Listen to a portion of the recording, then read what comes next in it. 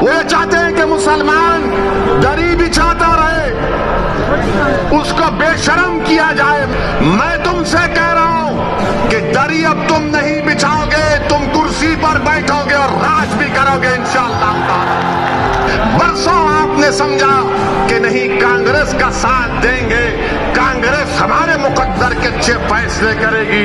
कांग्रेस ने क्या दिया हमको?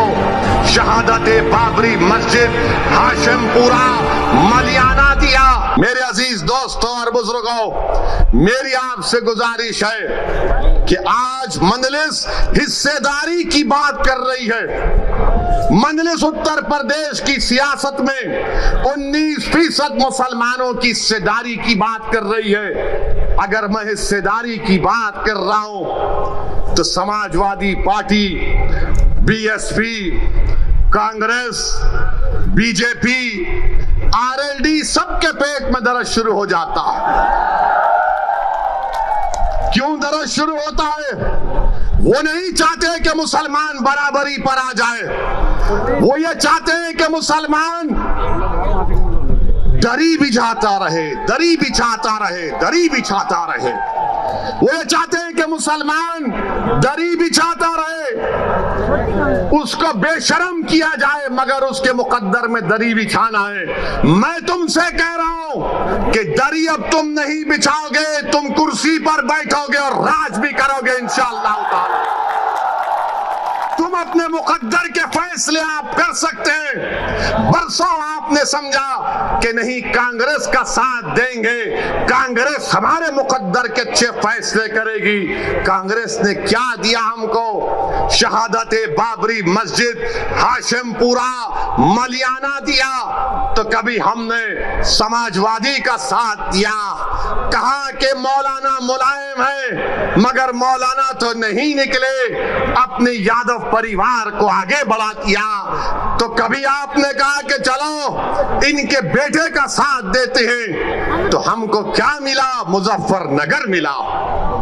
फिर आपने बीएसपी का साथ दिया, कौन सा हिस्सा मिला आपको? कौन सा हिस्सा मिला आपको?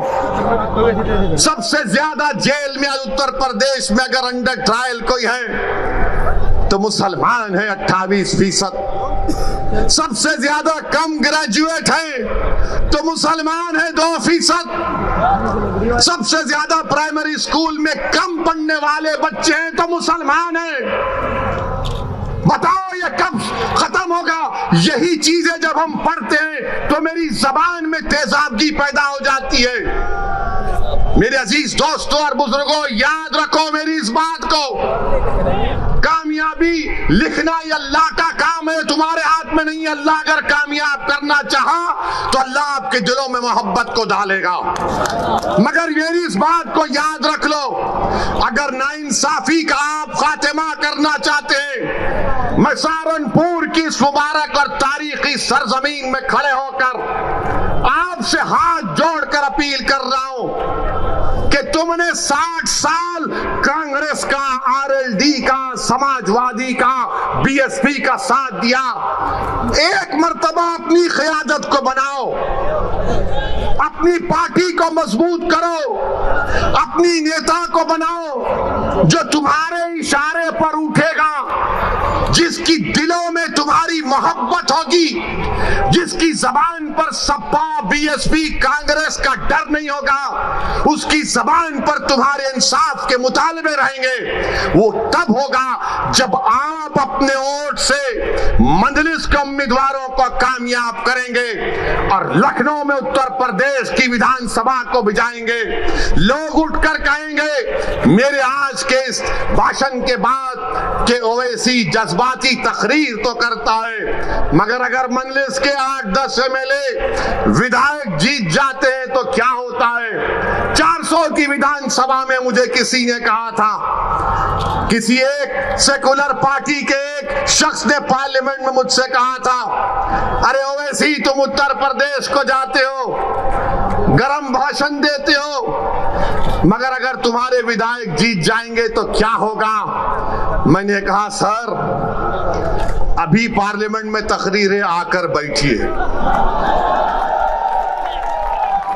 उस वक्त हमने कहा आइए बैठिए। बोले क्या बोलोगे? मैं 4-5 मिनट हम बोलते हैं, बैठकर देखिए मजा आएगा।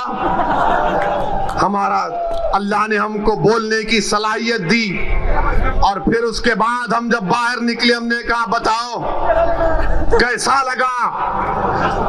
तो कहा अगर तुम्हारी तरह बोलने वाले उत्तर प्रदेश की विधानसभा में पहुंच जाएंगे तो उत्तर प्रदेश में मुसलमानों की सफों में इनकलाब बर्पा हो जाएगा और इनकलाब बर्पा होगा इंशाअल्लाह ताला, इंशाअल्लाह ताला इनकलाब बर्पा होगा।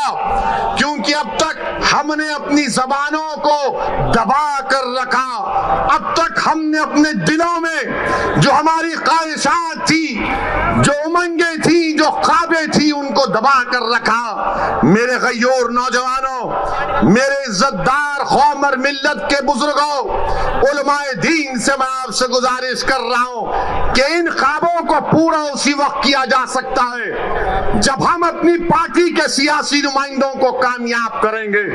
कोई उठकर बोलेगा ओवैसी मुसलमान अगर जीतेगा तो क्या सांप्रदायिकता को फायदा नहीं पहुंचेगा? मैं कहूंगा कि फिरका परस्ती खत्म होगी, फिरका परस्ती खत्म होगी अगर मुसलमानों के नुमाइंदे कामयाब होंगे। कोई पूछेगा कैसे? तो दैनिक भास्कर अखबार उठाकर देख लो आप। दैनिक भास्कर अखबार ने लिखा कि उत्तर प्रदेश में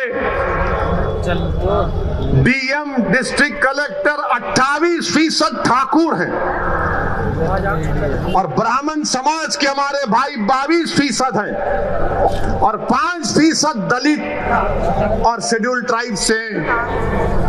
कितनी आबादी में हिस्सा होगा ठाकुरों का और हमारे ब्राह्मण भाइयों का? 15-16% के करीब होगा, मगर 50% डीएम उनके हैं, 50% डीएम उनके हैं। समाजवादी की सरकार हो, बीएसपी की सरकार हो या बीजेपी की सरकार हो,